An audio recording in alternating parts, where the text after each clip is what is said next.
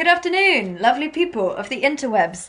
I hope you're all really well and you're enjoying this new autumn season that we're having in July. We thought we'd just skip summer and go straight to freezing cold and grey.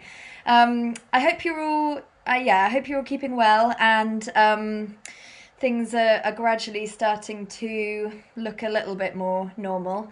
In Theatreland, it's still looking pretty stagnant and pretty quiet. But we're coming to you in different ways to keep ourselves busy and to hopefully give you guys something to do at home as well.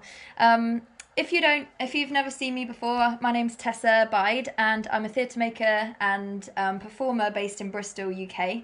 I have a theatre company called Tessa Bide Productions and we make work for young people and their families. And we tour it around theatres, around festivals, around everything, schools, libraries, indoors, outdoors, all sorts. You could see us in a field or you could see us in your local library. We've been doing loads of digital things this through lockdown to try and keep you guys entertained and to keep us with something to do as well. And part of our digital offering has been these Meet the Team Wednesdays. And it's been my favourite thing, mainly because I get to speak to my mates for an hour every Wednesday and my colleagues and find a little bit more about how they got into what they do and how to do their jobs if you've never heard of them before or what they involve. Quite often when we make a show in my company, we rehearse it in situ in a primary school. And this all started when we, as a team, we went round different classes and we did 10-minute talks about our jobs. And the feedback from teachers and pupils was just that it was really interesting to find out about the plethora, the whole different spectrum of jobs in theatre. It's not just standing on stage, it can also be, writing a script or shaping a story, writing, composing the music, designing projection and video. There's so many different jobs involved in making a show, and we thought now's quite a good time to learn a bit more about them. And maybe when this is all kind of quietening down, you might think, oh, that's actually kind of what I want to do. And the traditional bit of theatre, the standing up on stage, never worked for me, but maybe I want to be a theatre designer or something. So hopefully this is useful for you. We've done about 8 of these so far, I think, and they're all on this Facebook page, but they're also on our YouTube channel. So if you want to catch up, and on the website as well, tessabide.com. So if you want to catch up on some of the ones we've already done, then please do so. They're all there. And whilst I've got a captive audience here just before we meet Gwen, I just want to have a little plug of our crowdfunder that we've got going on at the moment. We are currently fundraising to make a brand new digital audio interactive adventure that I'm actually working with Gwen on. And it's going to be for young people and their families to basically create some theatre and to create some stories in your own homes. And be a bit silly and remember kind of what that whole theatrical thing is. So we're fundraising for it at the moment, and if you've got if you've enjoyed this interview and you want to support our work, then there's a link in the comments. Right, that was my little plug over. Now, you're going to meet Gwen today. She's a theatre maker, director, performer, circus performer. I've known Gwen for about 12 years, I think. But there's still lots I don't know about her that I'm really excited to learn today. Gwen is coming live from North Wales. Here we go. Gwen Scott! Hi, Gwen! Hiya, you alright? Hey, pal. Yes, thanks. How are you? Hello, buddy. 12 years, really? I think so. That's true. I remember meeting you on the Three Little Pigs set. We were both working for a company called Stuff and Nonsense down in Dorset, and I think it was the opening show, and I don't think there were any puppets ready or something. There was lots of running around, right. Yeah, with kind of staple guns in one hand. Yeah, I don't think we had an ending at that point. Yeah. Luckily, you're a great improviser. We made it up.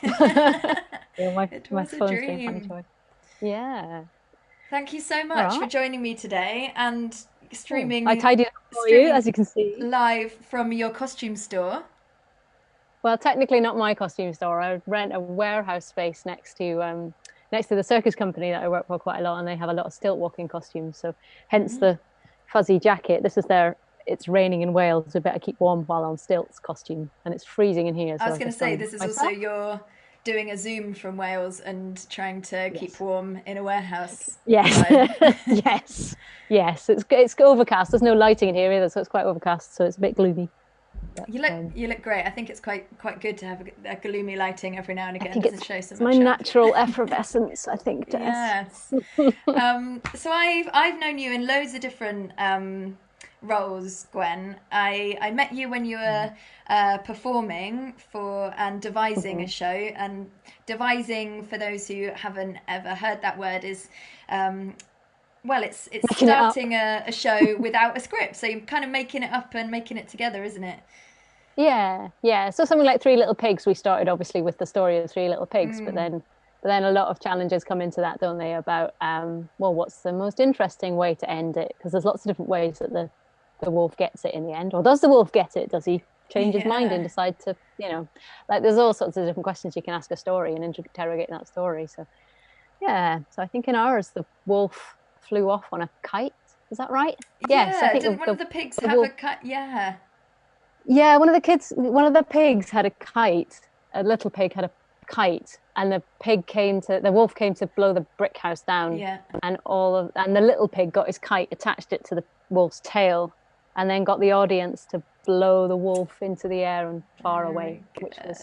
which was a clever way not to have a gruesome ending. Yes.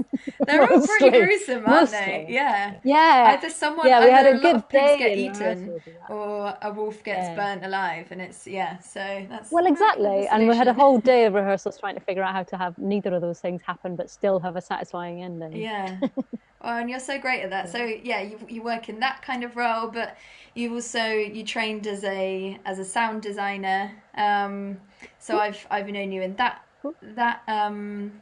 kind of world, and directing and writing and teching, operating shows. You've spun your hand to a lot of different things, and I think I was trying to work it out the other day. I think I've done almost all of the production jobs in theatre at some point. I love But I haven't that. done any, apart from admin, marketing, things like that. I haven't done Mm. that. But pretty much, I've worked in costume, worked in sound and lighting, been on stage. I've done stage management. Yeah. Yeah, I've done front of house. You're very good at getting funding. You get the money to make the show quite often. So, Sometimes. you Thank you, know, Arts Council Wales. Thank you. yes. So, yeah, but I'm sure there's still lots to find out. And we're actually going to do some games, aren't we? Yeah.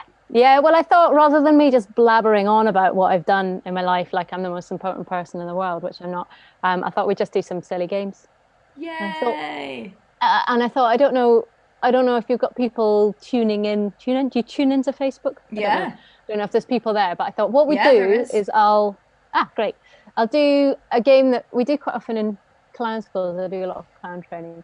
And clown work when I'm directing. And we do a game called Two Truths and a Lie, which I'm sure lots of people will have heard of. So I'll give you three stories about my life, and one of them is a lie. And you and anybody at home, Yeah. has any question you want about any of those stories to try and figure out which one's a lie. And then you have to guess which one's a lie.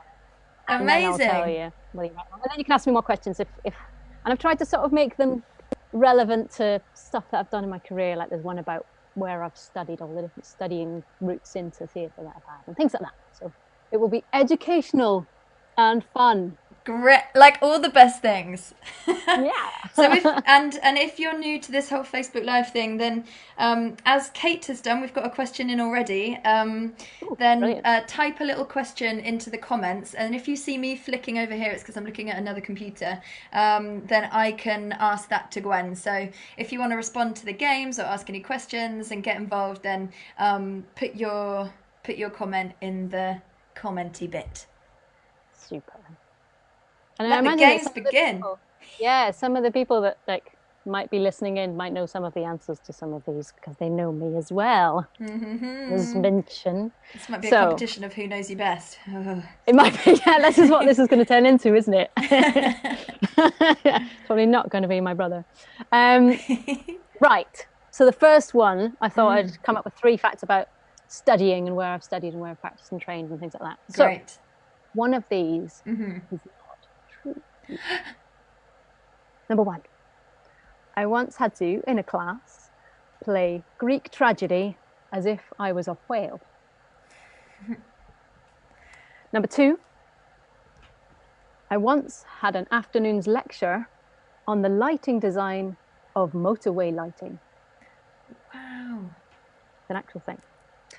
Number 3.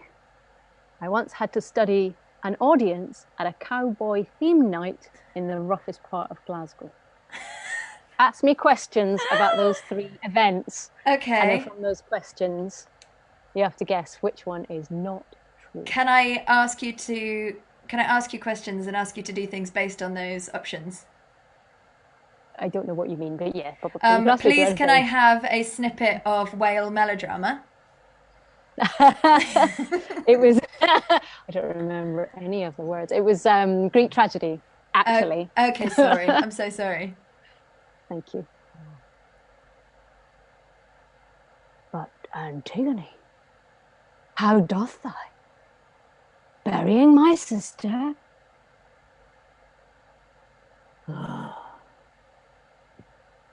It was all very slow motion and very beautiful. Enormous. I was waiting for the whale sounds, but I had to start with the whale sounds. So I would start with the whale sounds. They're like, and then my teacher would bang his drum, and I'd have to go into the text, which I knew at the time, but I don't know now. Oh, my father, he has sinned on us. It was like that. I don't think it was particularly palatable. I think you know too much about that for that not to be true. So then there's motorway lighting and there's cowboy. What was it? Glasgow. Studying the audience at a cowboy theme night in the roughest area of Glasgow. I should have written them down and put them on the chat. I could imagine all 3 of those. No one's chiming up so far. They're leaving me to it. I think I could imagine you studying. No, I can't. I don't think you've studied lighting in that way. Whereas I think you can ask questions. Definitely imagine you doing the cowboy theme night in Glasgow. I'm gonna say Wait. Kate has said, which stretch of motorway has the best lighting? Huh, Gwen? I don't actually know the answer to that. Who said that, Kate? Yes. Well, maybe you haven't done the lecture then. Maybe it's possible. It's possible. It was mostly about lighting. Well, I guess it might have been dual carriageways now I think about it. But like those lights, those big lights that you get that look like this. This story is. I'm seeing holes in the story already. Is it a dual carriageway or is it a motorway, Gwen? Well, the main thing I remember about the lecture was that this guy was all about the types of bulbs and the types of colour it was, and it was about lighting the road, not the cars, and that was very important to him. So you do know about that, okay? So what's the roughest area in Glasgow, or what was it when you went to go? Well, this thing was in the Gorbals. I don't know if it's technically the roughest area, but it was in the Gorbals. And it was a cowboy-themed club night or show night? It was a club night, so it was a group of Glaswegians who would get together in like I don't want to say Wild West because that might be totally wrong. Like cowboy gear, and they would have like fake shootouts, and the woman would do line dancing and all that sort of stuff. It was like they were at a Western bar in a movie. And what did it teach you for what did it teach you to then take through to your practice? Well, I was studying audience reception theory, I remember it was called, and it was about how the performance integrates with the audience and how like different relationships between audience and theatre, even though it wasn't technically theatre. They nearly kicked us out. Didn't like us being there. I bet we've got Christina has piped up to say, did you try channeling different types of whales? Orca, No, I beluga, didn't. I just went killer. for. No, The I didn't. blue. I just went for the biggest, heaviest mammal I could think of. Yeah. I think that's what my teacher was getting at. I mean, you have a 5-year-old. Have you seen Finding Nemo when Dory does her impression of a whale? She's like, Oh. it's Ellen DeGeneres in her Yeah, prime, I think. yeah, Um, maybe that's what I should have done. all right. Well, we don't have any other guesses. Do we have any guesses coming into Facebook? Which one do you think is a lie? We've got motorway lighting. We've got whale, Greek tragedy, or we've got cowboy theme audience observation. Thomason says hi. Thomason, put your vote in. Hi, Thomason. Um, Are they 10 seconds behind us or something? Did you say? Maybe that's. they are, but they've had enough clues. I'm I know for a fact that one of the people that's listening in was at one of the events with me. Ooh, the plot thickens. Might have been in the Greek tragedy class. We've had Christina is saying whale is the lie. Alice is saying whale Greek tragedy. Kate is saying cowboys. It's all coming out now. There is like a 10-second delay between us talking and you seeing what we're doing, so there is going to be slightly disjointment for the things. So far, oh, John says whale. So we've got 3 votes for whale and 1 vote for cowboys. What do you think, Tess? I think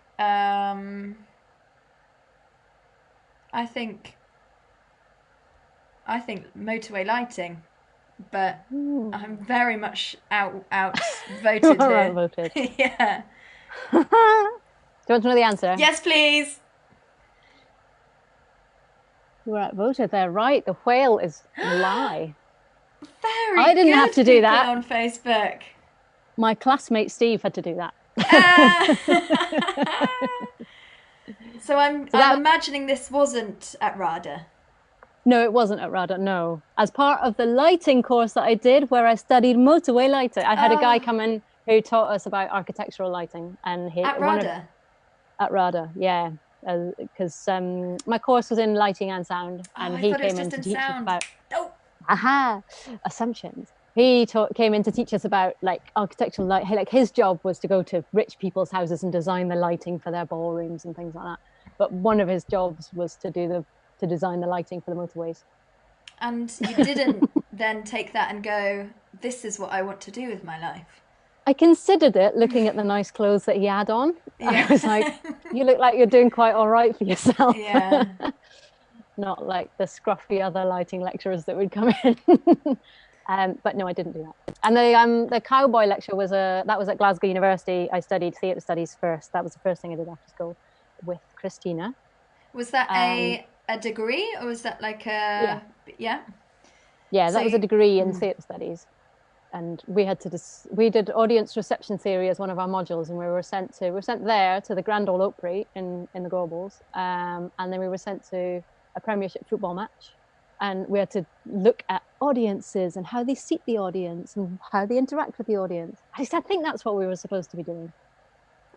Maybe they were just like, you need to experience some life. Go into this bit of the city, go to a football pit, and then you can start making theatre shows. Yeah. Yes, I think so, pretty much. Oh, so Christina, she is a little bit ahead of the game there.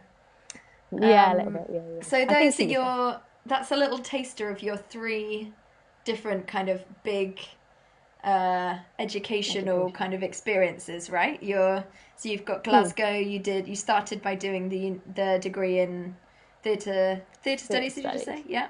Yeah, which was a purely academic. Well, it was a mostly academic degree, studying theory of theatre. Interestingly enough, how was that? I mean, I don't really remember any of it particularly. Yeah. It's come in useful because I can spout off a few names, but the most useful part of that, doing a degree, I basically did it because I was like, right, we leave school, you have to go to something university and study our thing. Yeah. So I did that, even though I knew I wanted to get into backstage theatre stuff. So I kind of just followed what I thought I should be doing rather than what I really actually wanted to be doing, which is great because I met some lovely people. And but I had to write loads of essays, write 3,000 words overnight because you've left it to the last minute. And actually, quite a lot of the job now is writing funding applications, and I can spout so much art speak from my fingers so quickly. And I think I trace that back to being able to write essays. Yeah. I've seen that funding application skill in action, and it is very good. It's very, it's very technical. You kind of look at what they ask you in the question, you basically turn that round and then put it into your, it's kind of like essay writing, I guess. Yeah. Yeah, I mean, I don't know if that's necessarily what you're supposed to do with university essays. I'm sure you're supposed to have more critical thinking than that, but I just tried to write what they wanted to hear so I could get on with staying up all night and building sets. But, yeah. And the third one, the Greek tragedy, As If I Was a Whale, was at Gaulier, which is a French clown teacher. He's a theatre teacher. He teaches actors and different types of acting. And one of his modules is Greek tragedy. But what he teaches is to perform using play. So he would constantly be trying to find the pleasure in people. That's his big thing. He would say that the best actor is the one that's having the most fun. So he would set little challenges like that to my friend Steve from Canada, and he would say, "Oh, so be a whale," and he would come on and he'd be this whale, and it was completely ridiculous, and we were all laughing. And then he would do the text that he'd learned, which was, I don't know, I can't even remember, what, Zeus or something. Yeah. But because he had that like game going on in himself, he was enjoying turning this into that, and it made him much more interesting to watch than when he just tried to be a Greek tragic actor. Yeah. Boring. Gosh, so you've had a full spectrum of the different. I think this is what you've kind of experienced all the different options of training if you want to go into kind of that official kind of higher education training. You've done the kind of more theory based uni. You went to the drama school, and RADA, a pretty shiny drama school, and then you went to clown school. When I was there, the main campus had been shut down for renovations, so we were in some units in Brixton. It was just like an old warehouse that they'd put some black paint on. Oh, really? The lights in the room. Made it a drama school. Yeah, basically. Oh, it's great. And do you think each of those experiences, would you if you could kind of take one out and go, actually, that wasn't useful for me, or, did they all bring their own benefits in a different way, or? Yeah, I mean, I think the least useful to what I've ended up doing was perhaps the content of Glasgow Uni, but when I left school, I was so young in myself, and I needed to go to another city and learn how to rent a flat with friends, and cook ridiculous meals, try and serve them to my friends, and to have them refuse to eat them, things like that. I needed to do a lot of growing up, and actually that's what uni was for me, and the writing thing. So I can't really knock it, but it wasn't quite what I needed to do. What I needed to do was go straight to a drama school, get some growing up, do some experience, and then get out there and start making shows. I think that's what I wanted to do. But I watched my sister go to uni and study theatre, and saw how theory based it was, and I was really into devising and creating theatre, so I kind of saw that and went, oh, actually, maybe that isn't the right route for me, because I could kind of, that's the benefit of being a little sister. I could kind of see that and go, oh, great, she's doing that, so I don't have to, and I can learn from that. And for me, that didn't feel like the right option. So I went down the drama school route and started auditioning everywhere, and again found that there wasn't that much room for collaboration and devising and creating your own work. That when I ever mentioned that in auditions, it was like, oh, devising, I know. I mean, this is like, were you pretending to be a whale when you did your presentation? This is like 11 years ago or something. So, and I think the devised world of theatre has really you know, it's gotten way more popular now, and there's the big kind of Sally Cookson productions which are way more commercial, and it's a bigger thing now, isn't it? So I'm sure they are moving more into that direction, but it's just I'm really glad I found that path though, because if I'd tried to be a more Rada style actor, like that the world that takes you to, which is auditioning all the time, getting turned down all the time, and you know, and working in very sort of specific ways, because that's how they train you. Like there's nothing wrong with that. It's not particularly my taste, but I would have had a horrible time. I would have given up very, very quickly, I think, because I don't have enough self-confidence to deal with all of that, like auditions and and, you know. And also, we were saying just before this call how both of us really love control. It's like control freaks at the moment, doing all this digital stuff. You can be much more in control of what's happening, and you know, but not being in control of your own life in that way of kind of constant auditions and hoping on a thing. And you know, actually, there's a bit more power in making your own stuff, because you can be in control of when it happens to a certain extent, if you get the funding and if you get the bookings and if, but you've got slightly more going on. We've got a few questions, Gwen. I'll start with the most important. Did you ever consider becoming a fish finger? That was from Kate. Kate. I did. Yes, I did consider becoming a fish finger when I was about this age. Let me show you the when I was this age. You've all seen this picture. When I was about this age, one of the biggest adverts on telly was Captain Birdseye's fish finger thing. And I saw all those kids pretending and acting, and I was like, I want to do that. I want to be a child actor. I want to be that. I want to be a and my mum, I think I must have said to her, I want to be a fish finger kid, and my mum misinterpreted and said that I said I want to be a fish finger. You would have been the cutest Birdseye fish finger kid. Look at that little fish finger face. I know, but I just, you know, it wasn't. I don't know. That wasn't. I was never confident enough to really be an actor as a kid. Yeah, I mean, I think a lot of child actors, that's kind of where it starts and ends, isn't it? Because it's must be a pretty intense experience as a child. We've also got, or maybe I'll save some questions for at the end, and maybe we could play another game. All right. Okay. This is okay. It's all just about me lying, basically, which is just what acting is, isn't it? Lying. Right. Do you want the acting one or the life one? Living one. Let's do the life one. Okay. Okay. One of these is not true. This is about places I have lived in my various careers. One of these isn't true. I have lived in a boat, a bus, a warehouse, a tent, and a theatre car park in Milton Keynes. One, not true. A boat, a bus, a warehouse, a tent, and a theatre car park in Milton Keynes. All right. Can I say what I do know? Can I give that away? Oh, it depends how much fun everybody's having. Yeah, I suppose you can. So I have been to your old boat. It's very nice. So I'm gonna have to say I'm gonna rule that one out. Well done. Lovely little boat, and you had a little pussycat who I think has joined you to Wales.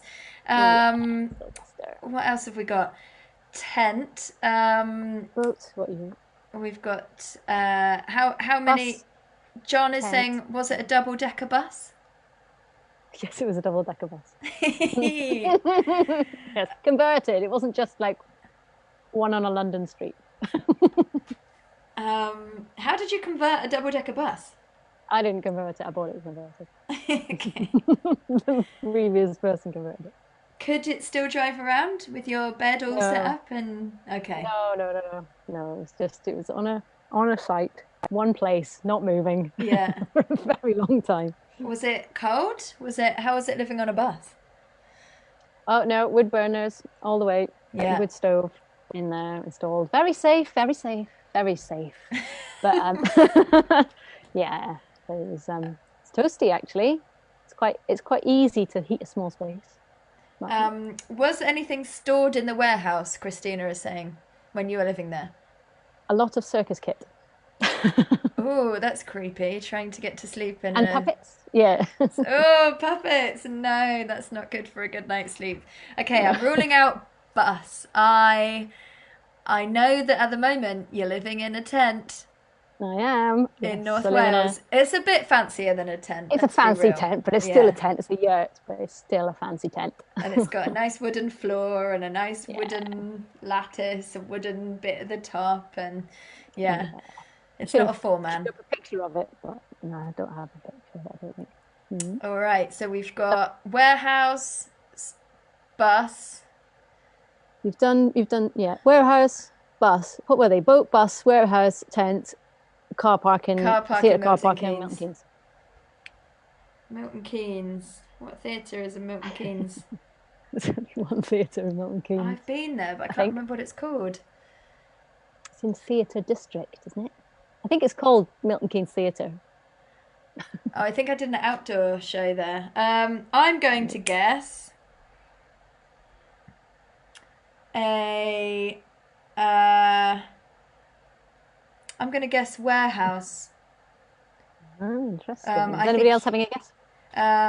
Put your guesses in, audience. No guesses yet. Wait 10 seconds for the delay. yeah. I'm going to guess. But so far, I've done badly at this, so they might decide, well, she's doing that. I'm going to go elsewhere. Well, you've known me 12 years. Some of those people have known me for more than twice that. Much more than that. Much more than that. Okay, let's have a change of hat.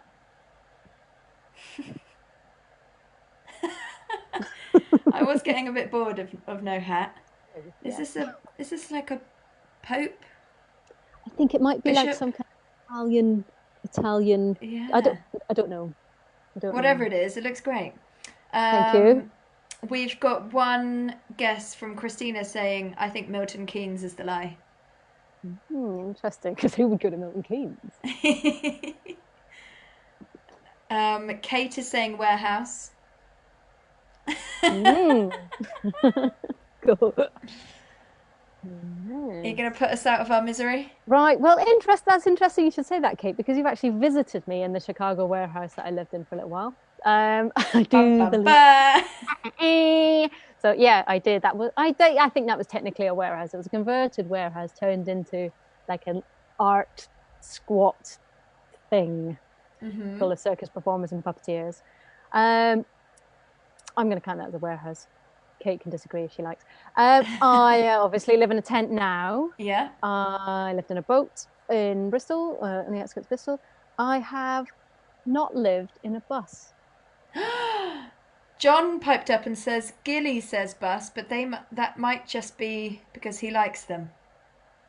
He's 4. Yes. 4-year-olds do like buses. Yes, that's true. I have not lived in a bus, Gilly. I'm very sorry. I will invite you next time I do. But I've lived in a truck. I've never lived in a bus. Very good. And I lived when I... Kate says, lol, yeah, I slept under the trapeze. It's That's clearly true. You coming did. back to her now. On a crash mat, I think. It's a comfy bed if I ever knew one. Yeah. The car park in Milton Keynes, I'm glad that came up, because I went on tour as a sound engineer with a theatre production of One Flew Over the Cuckoo's Nest, which was it was one of the biggest productions I worked on. It was a big touring around all the big theatres thing. And I just started doing circus at the time, and I was trying to save as much money as I could so I could start a career in circus. Yeah. So I went and did the job, and about quarter of the way around the tour, it was something like a 10-week tour or something, I realised that if I lived in my van in the car park, then I could keep the money that they gave us. Is it per diems? I think that's what they call it. Yeah. Overnight expenses, basically, which was quite a significant amount. So I did that, and I took my van to the theatre car parks, and I'd rock up at stage door and say, "Do you mind? Is that okay?" And they'd never mind; it would be fine. And so I slept in quite a lot of theatre car parks around, and then put the money in a savings account. Nice. Do you Yeah, have highlights, good car parks, bad car parks? well, actually, the How would you Milton Keynes recommend? one was quite good because in the production was Shane Ritchie from the Sketches in EastEnders and things like that. Yes. You know Shane Ritchie? Alfie? Alfie from EastEnders, yeah. So, and because we were so close to London, it was our closest London date. He had all the EastEnders cast like visiting him. So one morning, I kind of woke up groggily from my van and slid open the door, and right in front of me was Barbara Windsor. It's like, morning, Babs. So, but you know, I started doing that thinking, oh, they're going to hate this. It'll be really scuzzy. And by the end of the tour, there was 3 of us who were all living in our camper vans in the car parks because a couple of the actors were like, it's a great idea. Let's do that. Yeah. And it saves them having to book accommodation. And when I book accommodation on my tours, I quite often, offer to either book it or give people the money because then I don't have to do it and then get to keep it. So, yeah, exactly. So yeah, but it was just another example of like that's how resilient and sideways thinking I think you have to be, especially in our style of theatre making when you're devising and it's so hand to mouth, you know. And it's, I don't know, I'm sure there's a lot of people wouldn't ever imagine being self-employed for a start. And God, I'm trying to be serious with this hat on. Hang on, let me get my serious hat. Nobody would ever imagine trying to be self-employed, but you know, it's quite a risky way to live because you never know where your next check's necessarily coming from. So the more that you can like twist things around and make yourself more resilient, the better. And I think that's something that I would encourage people to learn how to do if they were going to become a theatre maker. Yeah, I mean, I was saying the other day with the COVID, you know, pandemic. Actually, I know I've always been a little bit jealous of my friends who work for arts organisations and theatres, and you know have these kind of stable jobs. But now with everything that's going on, I mean, obviously, if a theatre closes, it affects us all, and it's a terrible thing. But I think there's something about being an artist and being self-employed that we're taught how to be very resilient and very creative, and you know to just if you find a block in the road, you just have to dig another path, and you know maybe you have to dig underground, or maybe you have to build a swing. But you know we're really used to having to kind of diversify, which kind of means, you know, make up other ways of doing stuff, isn't it? Yeah, and that's, you know, that's sort of I think we're both really good examples of that. You know, I watch you just going, right, that road's blocked. Poof, I'm going to move my shows online, or I'm going to, you know, this audio journey that you're creating now that used to be a theatre show is now an audio journey, and that's great. Like you said it the other day to me, I think that those organisations, you know, when I think back to the times I used to work at the Royal Exchange in Manchester, which has just announced it's cutting 62% of its staff, you know, and when I worked there, that was my full-time job, that was my job for life, you know, and I'm so glad I kind of took a sideways step from that, and because I can still go back to that if I really wanted to. I could get a job somewhere in a theatre, hopefully somewhere, but actually having that resilience to go, right, live theatre isn't working out for whatever reason. It might not be that there's a global pandemic. It might just be that, I don't know, you don't know the right people. This has happened to me so many times in my career that I'm like, I just want to make a show and I want somebody to believe in me, and everybody's too busy believing in themselves or trying really hard to get different places. And actually just being able to go, do you know what my skills are? There's this and this and this. I'm going to do this for a bit. Yeah. And then somebody, and if you do it for long enough, then people offer you work doing it. So quite nice. That is a sensible beret. Gosh, such sensible things coming out of your mouth when you've got that on. Yes. Let's get silly again. Let's play another game. Okay. John says, right. Are you riding a horse? No, I'm sitting on one of those Pilates balls. I've been doing loads of work at a computer recently, and my posture is getting really bad. So Richard, who's my partner, is a yoga person and sometimes wears this shirt. He said, get a Pilates ball. So I'm sitting on a Pilates ball, riding a horse. Bouncing along. Cool. Right, do you want another game? Yes, please. Okay, let's do this one as a quick one. Okay, so this is about touring life, because I've done a lot of touring. Touring life, I have worked at, one of these is not true. I have worked at the Sydney Opera House. I have worked at the National Theatre. I have worked at Warlaby Village Hall. Wallaby? Warlaby. Warlaby. Where's that? In Lincolnshire, North Lincolnshire. Okay. Are you going a bit quiet? I think your microphone might be a bit twisted. Oh, am I? Oh, where am I? Oh, yeah, it's because of all the horse riding. Yeah. That's better. Is that better? Yes, that's much better. Okay, so we've got... Goodness, I'm a sound engineer. Sydney Opera House. Sydney Opera House, the National Theatre in London, that Yeah. one. Oh, Warlaby Village Hall. In Lincolnshire. In North Lincolnshire, yes. What show did you take? What were you doing in Sydney? In the Opera Sydney, I was just doing the bump-in, they call it, for, I don't even know what the show was, but I was working for a sound company. I was moving in all their speakers. Most of the work that sound company did was 46-hour raves, and I'd have to go and take speakers to fields and then sleep on them. But they had this one gig where they were doing something at the Sydney Opera House, and I was helping them with that. Sounds unlikely, but if there's anything I know about you, it doesn't mean that didn't happen. True. And the National Theatre, what were you doing there? National Theatre, I was doing, it was a festival called, I can't remember what it was called. It's something outside, it was on their green space outside. They used to put a big piece of AstroTurf outside. And National Theatre Live? I think I might have done that. Is that what? No, that's where they film you and pay you lots of money. That's not what I mean. What's it called? What's it called? Yeah. I did that once with Clunk, that show that... Oh, yes, that would make sense. Yes, I did that. I used to work with a theatre company called Ramshackalicious, and we did a lot of outdoor theatre. Okay, and Warlaby? Warlaby. Warlaby Village Hall, I used to do with a company last year, I still do, called the Last Baguette Theatre Company, and they specialise in rural touring. And I did a show called The Little Match Girl, where I played a granny and toured around all sorts of village halls. I remember the sandwiches were particularly nice in Warlaby. That's basically how you remember rural touring, isn't it? I did this one in Cornwall that made us a fish pie when we arrived. So that was a highlight. Yeah. Kate has said, worked at Sydney Opera House, unless she lied to me. I was going to say, I know that you did both those other jobs, and the Sydney Opera House one is sounding a bit vague. So, any other votes before we finally... What was that National Theatre called? Can't remember. I got a free T-shirt and got to go in the National Theatre green room. Did you? I don't know if we're supposed to go in there or not. What filling was in the last baguette?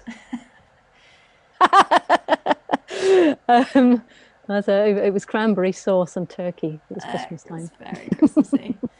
I'm going to vote Sydney Opera House. Kate is saying Sydney Opera House. Any more votes? Or shall we go? Let's go. I'm having too much fun to wait around. Okay, I'm going to say Sydney. You're wrong.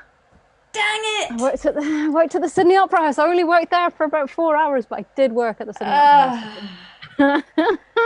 And I did get a peek in their main opera. I was in the studio, and I got a mean peek in their thing. Oh, why is my camera blinking? It's fine. Oh, am I still there? Yeah, yep, still there. Okay, so... 24 hours. Warlaby Village Hall, I have never been to. That is what Kate is saying. Very good, Kate. Yeah. Well, there's two Kates. There's Kate Minchin is saying that. Oh, yes, Kate Minchin is in America. Christina said Sydney. Sorry, Christina. So you never went... I mean, I don't think Warlaby is a place. I think you made it up. I looked it up on the National Village Hall website thing. Screen sharing. That's the festival, right? That's the National Theatre. Yes. There you are. Yes, that's me playing me Cicciocello with Ramshackalicious Theatre Company. I love your beefed up hair. Oh, I love doing that. People used to tell me off for it. So this is one of the things that, like, you know, when I've been acting, people have told me to stop being ugly all the time. And I love this sort of look with like crazy hair and being, you know, and so many teachers, Philippe Gaulier and a few others have said, "Oh, beautiful. We should be beautiful," and tried making me into this sort of beautiful actress. And it makes me so uncomfortable. Yeah. You know. Is that because you're a woman and women have to be beautiful on stage? I don't know. Possibly. I mean, so for that show, that was the first year of that show, and I made my hair all crazy and wild and had a lot of fun. And then the second year, Aitor Basauri came in from Spy Monkey. He came in and helped us, and he said, "You're beautiful. You should be beautiful." And we were doing this rehearsal. It was me and two guys, Jack, whose company it is, and another guy. And we got about halfway through the rehearsals, and he said, "I don't know how to make you funny. Not me personally. I don't know how to make your character funny because I was being so elegant, and I was playing it, I was doing it, and he said it's very difficult to make a beautiful woman funny. The other guys, I can make them funny. You know, I can give them gags and things like that. But you know, there's something. Yeah. This is something that's sort of been of interest to me throughout my career because I've done a lot of busking, and busking as a solo female is a very interesting part to play as well because you're very much just in the opinion of the public there, you know, and like that's run through my career is like how like funny woman, what's funny woman, and it's changing it all the time, you know, but and there's far more examples now than there were 10 years ago of beautiful presenting woman being funny. Yes. You know? Yeah.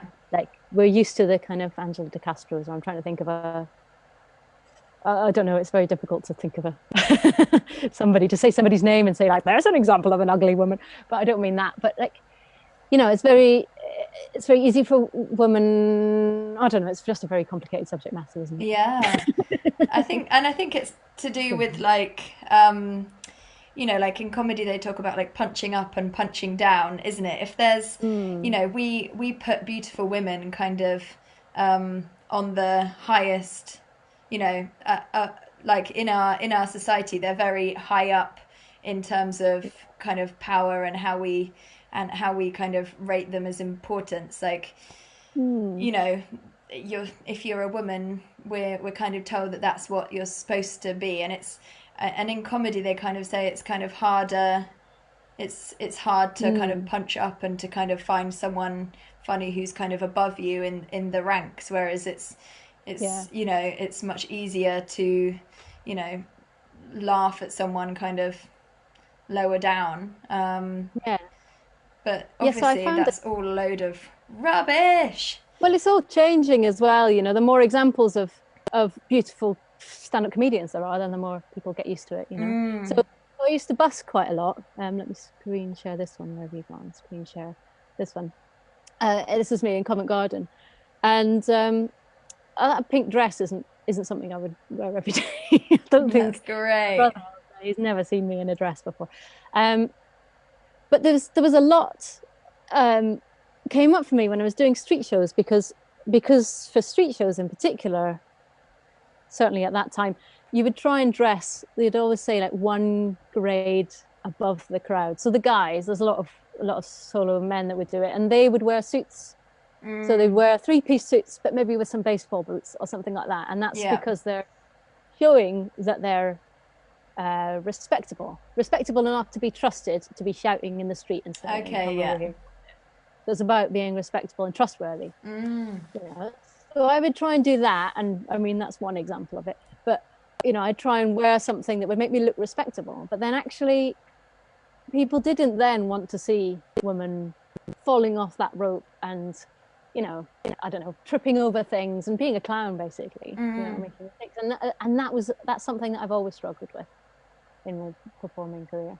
Is that how do you do both of those things? How do you hold that space, especially as a solo woman doing it? How do you hold that space with confidence, but allow yourself to create comedy as well? Yeah. Never really mastered it. There are people who have. You know, there's a lot of brilliant females, particularly street performers out there. You know, but it takes a lot of courage, a lot of stuff. I've never really cracked that one. Yeah.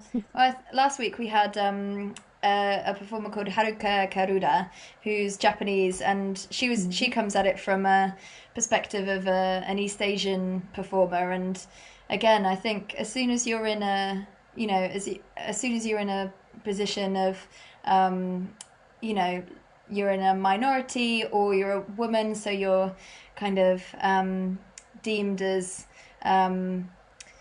more fragile or something, it's we kind of go, oh, but it's a poor woman, or oh, it's a it's a person with brown skin, and I shouldn't laugh. It's like, how to strip away all of those things that we're kind of taught in our society. It's you're kind of the one on the street trying to break that down, but that's a very difficult thing. Yeah, and I think that's like, I think this is why I've stuck with making theatre for so long, because all of those questions come up when you make theatre, especially if you make your own, like busking's almost as raw as it can get, I think. And you make your own work and you question yourself, and every time you're nervous you question yourself. And I think, I can't really speak for it because I haven't done a sort of acting route through a drama school, but I think had I gone to somewhere like RADA to learn to act, then they would have found my thing. They would have maybe said, you're really good at this type of role. You play supporting women in Shakespeare's or something like that. And I would have, gone around the auditions doing those particular roles. Whereas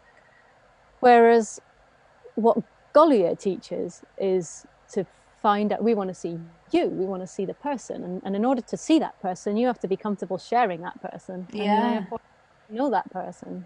And that's not something that I ever considered would be part of my career, was that my job would then lead me down a path of self-discovery and all that sort of stuff. But, it's a scary thing. It's a scary thing to stand on stage, as anybody who's listening into this will know, because I know most of them have put themselves out there. Kate's an author, and I know Christina does a lot of standing on stage and singing. And, it's a really difficult, vulnerable place to put yourself, because you're sharing a really core part of yourself. And that takes a lot of self-belief and guts. And I didn't think, when I was a young student at the Grand Ole Opry in Glasgow, I didn't think that my job would lead me down that path at all. And it has, and I'm really glad it has. Yeah, I'm glad too. And I love performing alongside you. We've got about 10 more minutes. I normally try and wrap it up after an hour. Should we squeeze in another game? Yeah, which one do you want? Do you want a three truths or a lie? Or do you want let's do a quick fire round of which one of these have I played? Okay, great. Is this as screen an actor? Share? I mean, no, it's I tried to get all the pictures together, but I couldn't get the pictures together. Okay, right. One of these is not true.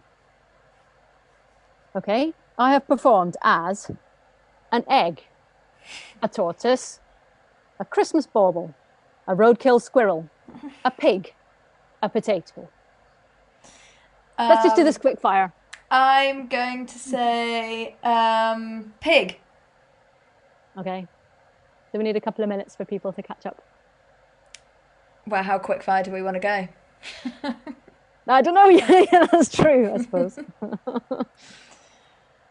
All right, then I'll tell you. I have performed as a pig. Gosh darn it. I don't have a picture of it. Potato. I have performed as a potato. Oh, Gwen. Oh, these great roles. Have you egged for Gwen Hales for Circus? I have. I think I have a picture.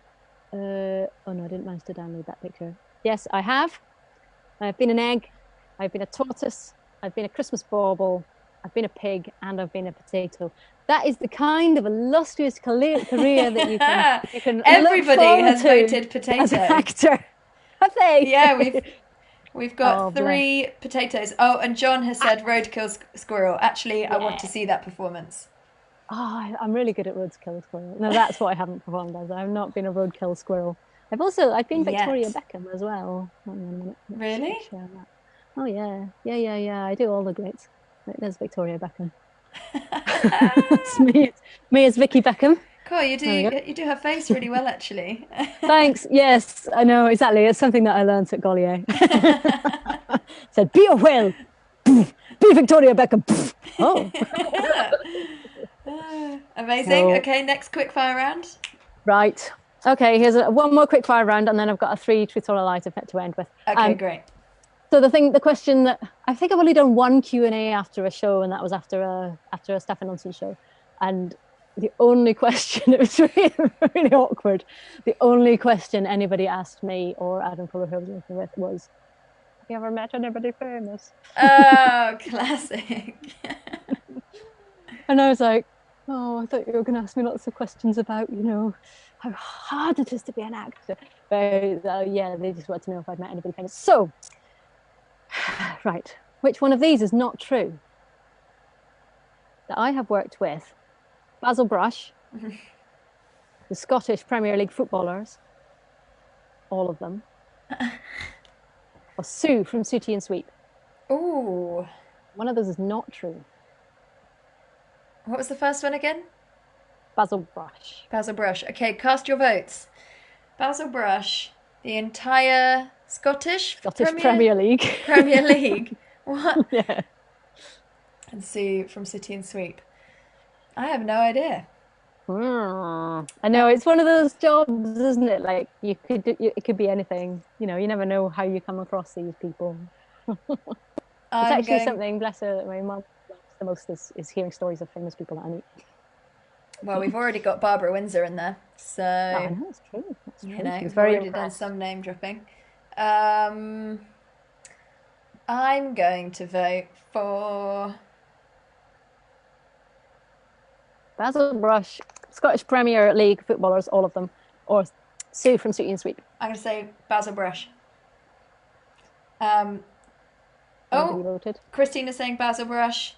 John's saying Boom Boom, which I'm guessing is Basil Brush. I guess that's Basil Brush, unless he knows something about Scottish Premiership football. You're all right. You're right. I have not worked with Basil Brush. I have worked with the Churchill dog, and I have worked with Basil Brush was in the panto next door when we were doing a show at Plymouth Drum. So. When I had that gig, it was Keith Harrison Orville. R.I.P. Yeah. So Basil Brush would be carried around, because the puppeteer isn't seen with Basil Brush.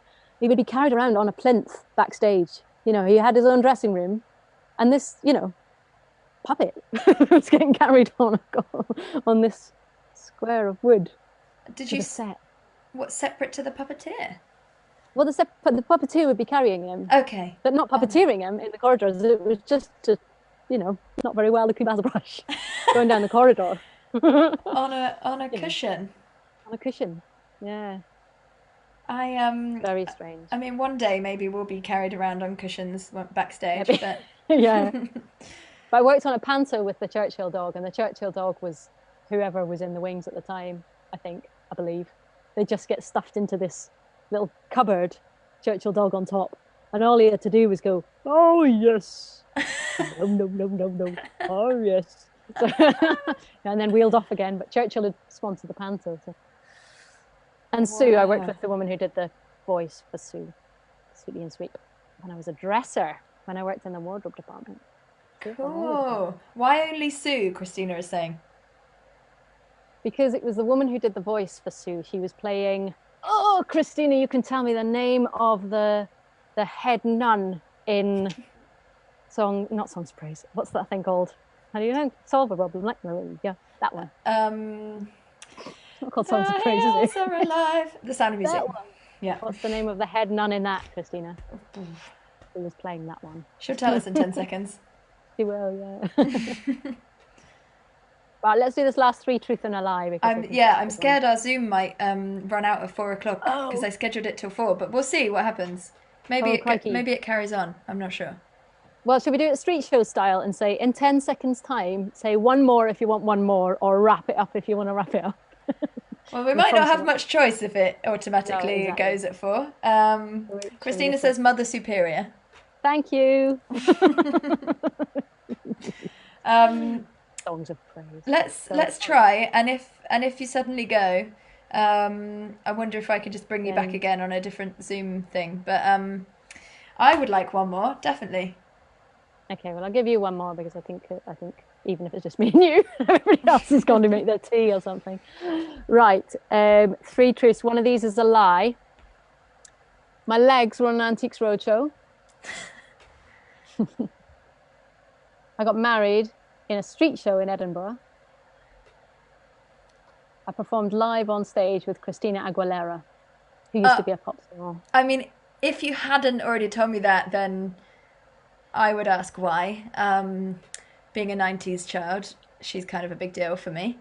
Um, Yeah, yeah. She. I don't know if people still know who she is. I don't know if that's. no, the young uns won't. She was a pop star in the 90s and early noughties. And then you know, She rocketed to fame with "I'm a genie in a bottle." yeah, Right. yeah. I know that you got married in a street show in Edinburgh, which is one of my favourite Yes. stories ever. The other one was this Christina Aguilera and My legs were on Antique Roadshow. Antique. I'm gonna say you performed Christina Aguilera is a lie. And it's Oh, me getting married as part of a street show. hang on. Because actually, I think most of the people that were. Oh, are we still there? We're Yes, still on. yeah. Still there. Ah, cool. Um, Christina Aguilera is a lie. I didn't do that. My brother did. Who did? John did. He's listening in. John, he's listening in. He did. Oh, fair play, John. Performed with Christina Aguilera at an MTV music concert. And you got legally married in the Edinburgh show, right? We got legally married in a Oh, what is it called? I've always Registry told office. everyone I've always lied about that then. No, look who the vicar is. Look who the vicar is. Is it Herbie? Yes, Herbie it is Treehead. Herbie. Not legally married nobody.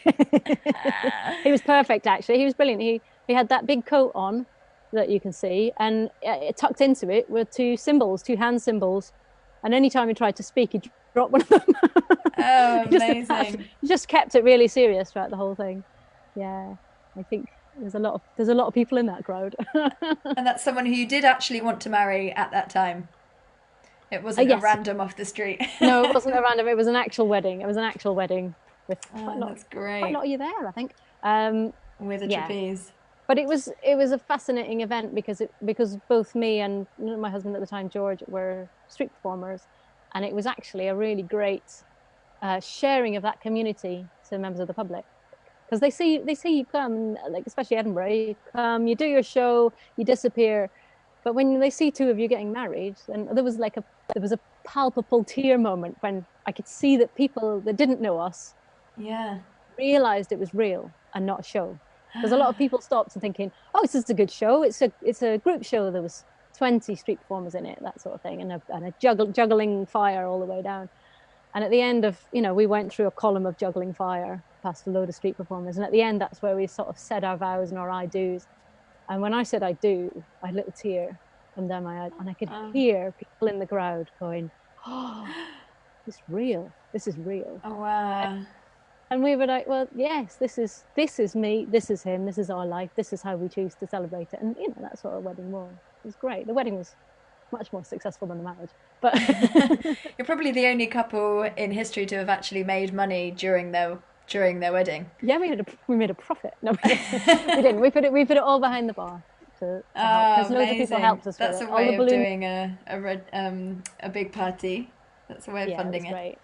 Yeah, and we invited all of the volunteers who do the fringe staff, and they were all there, and it was a great knees up and celebration of that community. It's an amazing thing to be part of a street performing community like that. Oh, amazing. Gwen, thank you so much. I want to I could just talk to you for hours, but I should wrap it up. What I've been asking everyone is, I'm not sure how to phrase this for you, but it's if there's someone watching it who goes, that's, I want to know how to start doing that job. Where do you go? But you've done so many jobs. I don't know which one to pick, and they've all got slightly different routes. But perhaps if there's someone watching this who goes, wow, I want to try out those things, and I know I want to go into theatre, but perhaps I'm not sure of the right route. Like, you took several different routes. What do you think would be the next step for them to start off that journey with? I don't know, because I flip between going, oh, I wish I'd stuck to one thing. Sometimes my sensible brain kicks in, especially when there's, closures of theatres and all sorts of disasters happening. My sensible brain goes, gosh, if I just stuck by my job at the Royal Exchange, then that's the first job I had after further education. Then I would have still been there. I might have been the head of sound by now. I might have been doing these things, and then I flip between that and what an amazing thing to be able to talk to a theatre maker and say, well, I can direct you, I can facilitate you, I can do your sound design, I can do your video editing, I can do all of these things. And it's what's the phrase where you're a master of none and sort of yeah. So I think when it comes to something like now, and there's that resilience there, I'm definitely harking back to my technical training to reinvent myself as the next thing that I'll be. And if I get to, retirement age, which will be, never, because you can't retire if you're freelance. But if I get to that age and I look back and I go, God, I spent 10 years touring dressed as a potato. I spent did all of these things. I'll be glad of those experiences and friends that surround that life, and not necessarily just sitting in one institution. So yeah. So I guess I would say, follow your nose. Follow your nose, and also follow the people that you are inspired. They're inspiring you. While I was at the Exchange, there was some actors would come in, and most of the stuff I found there, I was sorry to say, I found it a little bit dry and a bit. Here's us in incredible costumes with incredible sets, saying words that somebody a very long time ago wrote down. But then every so often somebody would come in and you'd be like, who is that? They've got shine in their eyes, they've got light in their eyes. And when I look back to their names now, I realize that they all trained in Gaulier, Lecoq, those sort of schools. And so when I was deciding to become an actor, become a performer, I looked at all the performers that I liked, the ones that really made me go, I like the way that you do it. Yeah. And followed them back and went, oh, you all went to Gaulier. Oh, I should go to Gaulier then. That's simple, Yeah. And that sort of thing. Or if you like Tessa Bide's work, how does she make work? Oh, she devises things. Okay, I'll learn how to do that. Yeah. And keep plowing away at it. Thank you so much, Gwen. I'm going to have to wrap it up there. If anybody has any more questions, please do write them in the comments, and Gwen can just go on my page and answer them.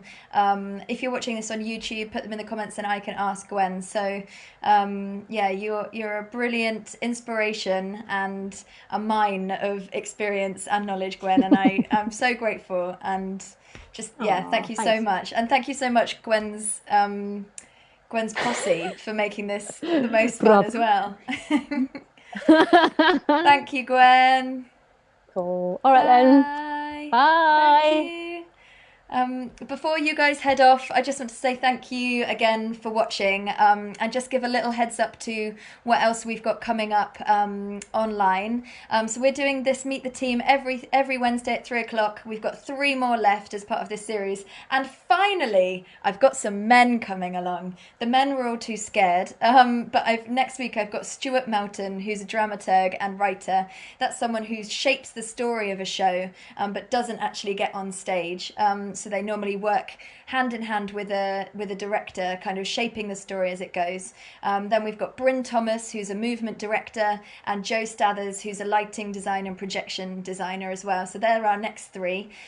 We've also got our show A Strange New Space that's streaming for free all of this month. As you can see, it's up there. Oh, ding ding. So you can see that on Eventbrite for free, or you can give a little donation if you're able to. And we've got live storytelling every other Sunday. If puppetry is your thing, then we've got pre-recorded puppet workshops also available, and all this stuff is online. If you go to my website, tessabide.com, and you go to what's online, all of that stuff is there.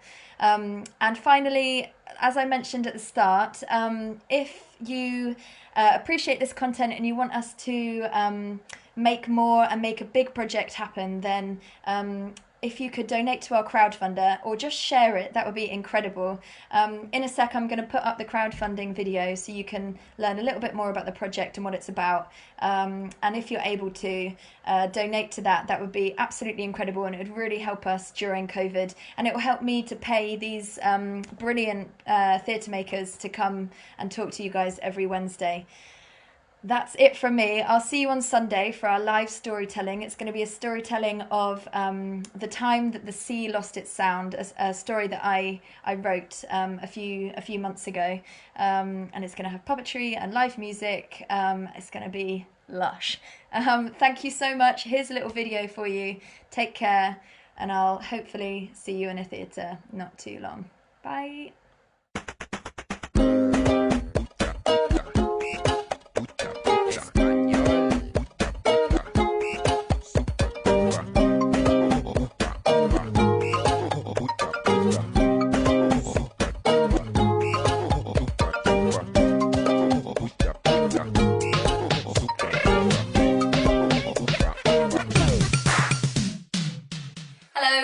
Firstly, I just want to say a huge thank you for you watching this video. This is a really difficult time to fundraise for projects, and with all of the uncertainty, it means a lot that you're even watching this video. If you don't know me, then my name is Tessa Bide, and I'm a theatre maker and performer based in Bristol, UK. My theatre company makes shows for young people and their families. You might have met us in a theatre, outside a library, or in the middle of a field. We aim to inspire communities who don't normally have access to the theatre using important stories, a bold physical language, and a few puppets thrown in for good measure. This year we were due to be touring our new show, The Anarchist's Mobile Library, around theatres, museums, libraries, schools and festivals, but unfortunately all of our 28 gigs were cancelled due to COVID. So we put our thinking caps on and started to make a plan to get this show out to you guys along with its important message. We made the Anarchist Mobile Library to empower children to read more and also to change the world. The original show toured in a caravan, and the audience would choose which adventures they would go on and then what happened whilst on them. We were training them to be anarchist librarians and to change the endings of stories they saw around them. This summer we are adapting the show to be an audio adventure, accessible digitally for you guys, our audiences, wherever you are.